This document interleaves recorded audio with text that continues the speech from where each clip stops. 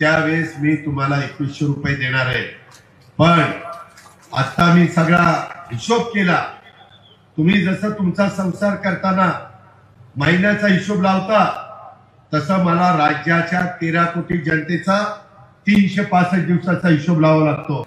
मी आपल्या राज्याचा सर्वात मोठा अर्थसंकल्प 7,20,00,000 कोटी 7,20,00,000 कोटी एवढा अर्थसंकल्प सादर केलेला आहे। त्याच्यामध्ये पेन्शन, त्याच्यामध्ये पगार आणि त्या संदर्भातलं काढलेलं कर्ज ह्याचं व्याज जाईल आणि राहिलेला पैसा माझ्या लाडक्या बहिणींच्या करता विरोधकांनी आम्हाला हिडवलं किंवा ही योजना बंद करतील। मला आता महिला पण काही ठिकाणी भेटल्या, मला वाटतं वसंत सुगावेच्या गावी भेटल्या आणि तिथं मला सांगितलं की दादा 1500 रुपये तुम्ही देता, 2100 रुपये द्या ना। मी नाही म्हटलेलं नाही। मी ज्यावेळेस राज्य सरकारची परिस्थिती ही अधिक योग्य होईल त्यावेळेस मी तुम्हाला 2100 रुपये देणार आहे।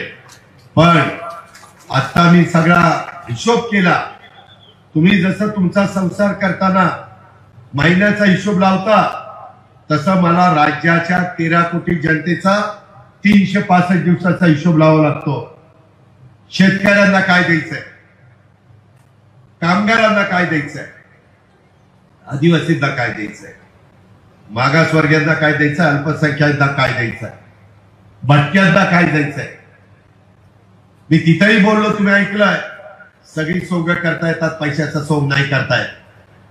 मला दिलेली योजना ही चालू ठेवायची आहे, आम्हाला सरकारला चालू ठेवायची आहे आणि त्यामुळं आम्ही त्याच्यात एक नवीन पर्याय काढतो की तुम्हाला काही बँकांना आम्ही तयार केलेलं आहे, जर तुम्हाला 5-50 हजार कर्ज काढून काही महिला एकत्र येऊन व्यवसाय करायचा असेल, समजा लाडक्या बहिणीमध्ये मोडणाऱ्या म्हणजे त्याच्यामध्ये ज्या महिला बसतात त्या योजनेमध्ये त्यांनी असा एकत्र येऊन जसं महिला बचत गट असतो तसं जर 20 महिला आल्या तर 20 गुणिले 50,000 साधारण मला वाटतं 10 लाख रुपये होतात आणि 10 लाखाचं भांडवल घेऊन तुम्ही तुमचं काम करू शकता।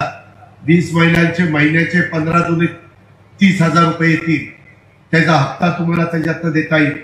10 लाखातनं त्या ग्रुपला एक चांगल्या पद्धतीने व्यवसाय करता येईल, असाही एक दृष्टिकोन राज्य सरकारने पुढे त्या ठिकाणी आणलेला आहे। तो मी सरकारमध्ये केलेला आहे।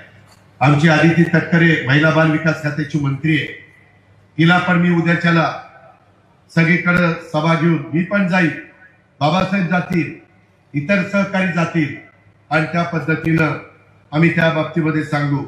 मी यावेळेस मराठवाड्याला चांगल्या प्रकारची तरतूद करण्याचा प्रयत्न केलेला आहे।